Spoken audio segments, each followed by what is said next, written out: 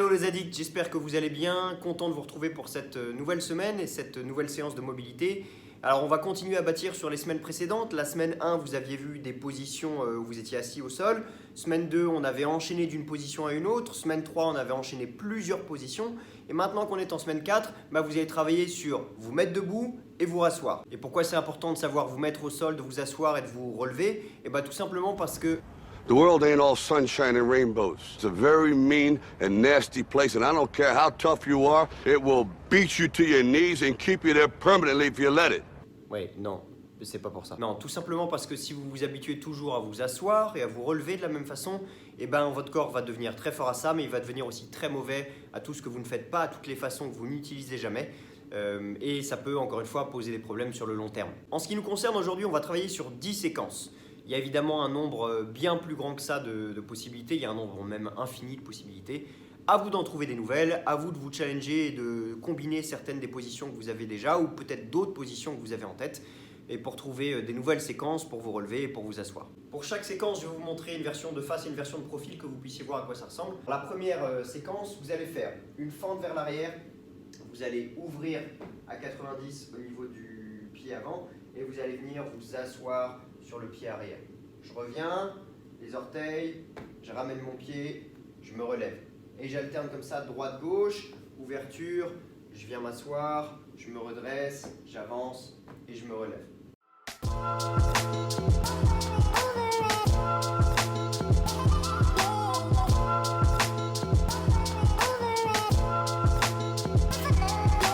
Séquence numéro 2, fente avant. Une fois que j'ai posé mon genou arrière, je ramène le pied avant et je viens m'asseoir en seiza. Je remonte, fente avant et je reviens à mon point de départ. Je le fais de l'autre côté, je pose mon genou arrière, je viens m'asseoir, je me redresse et je me remets debout.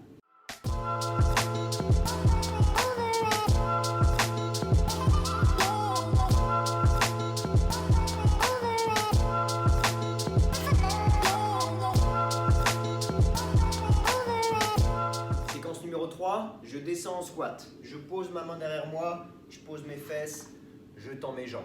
Je ramène mes jambes, je m'aide de ma main pour revenir en squat, je me remets debout.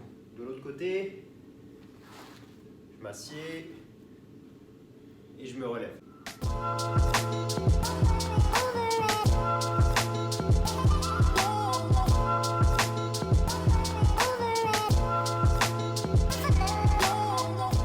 Variation de cette séquence-là qui ressemble à ça.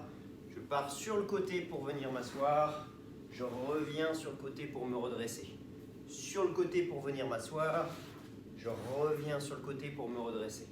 Séquence 4, je viens descendre un genou au sol. Une fois que mon genou est posé, je replie le genou arrière et je viens m'asseoir en seiza. Je reviens, je rouvre, je me redresse, je me remets debout.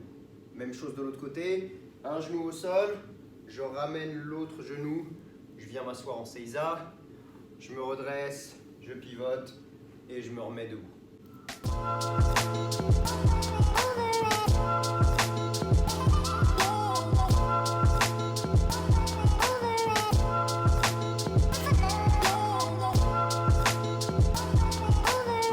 Séquence suivante, je viens descendre en squat, comme sur les 6-6 squats qu'on a travaillé ensemble dans la séance sur les genoux.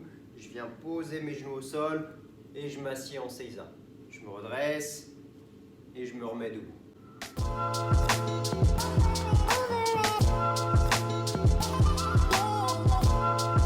Quasiment le même principe pour la suivante, sauf que cette fois je commence par me mettre en squat, ensuite je bascule sur mes genoux et ensuite je viens m'asseoir.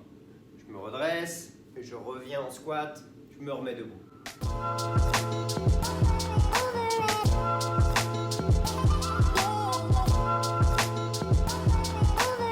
La suivante est un tout petit peu plus délicate. Vous allez pivoter en faisant une fente. Donc vous n'allez pas faire une fente dans l'axe, mais vous allez pivoter. Il y a un pied qui ne va pas bouger et l'autre qui va tourner sur la pointe. Et une fois que vous allez descendre le genou au sol, vous allez venir vous asseoir en tailleur. Je vous tourne le dos pour vous le montrer, mais je vous le montrerai de face ensuite. Je me redresse de la même façon, je pivote et je me remets debout. Je vous fais la version de dos pour commencer. Je pivote, je viens poser mon genou au sol, je viens m'asseoir en tailleur, je je me redresse, boum. Même chose de l'autre côté, je pivote, je m'assieds en tailleur, je me redresse, boum. Avant-dernière séquence, je viens poser ma main derrière moi, je descends en squat, je descends en shin box. Celle-là, vous connaissez, on avait travaillé un petit peu le même principe sur les séances précédentes. Je repousse avec ma main, je me remets debout et je refais la même chose de l'autre côté.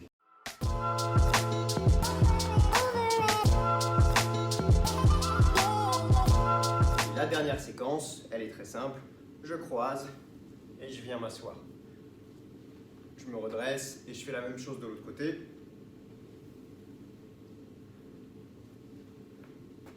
Donc maintenant, vous comprenez un petit peu pourquoi on a travaillé sur toutes ces choses sur les semaines précédentes, sur vos chevilles, sur vos genoux, sur vos hanches. Vous voyez que quand on remet tout ça ensemble, on peut s'en servir pour pouvoir s'asseoir et se relever de plein de façons différentes. Il y a sans doute des choses que vous avez encore en tête, qu'on a travaillé sur les semaines précédentes, que vous avez retrouvées dans cette séance-ci.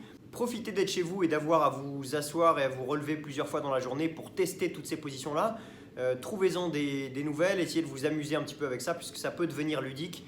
Contrairement à ce qu'on pense, la mobilité, c'est pas que chiant. Et essayez de le faire souvent surtout. Plus vous allez répéter tout ça, plus ça deviendra naturel pour votre corps et moins vos articulations auront de peine et souffriront sur ces différentes positions. Amusez-vous bien avec tout ça, prenez soin de vous les addicts et on se retrouve dès demain pour une nouvelle séance de mobilité. Ciao!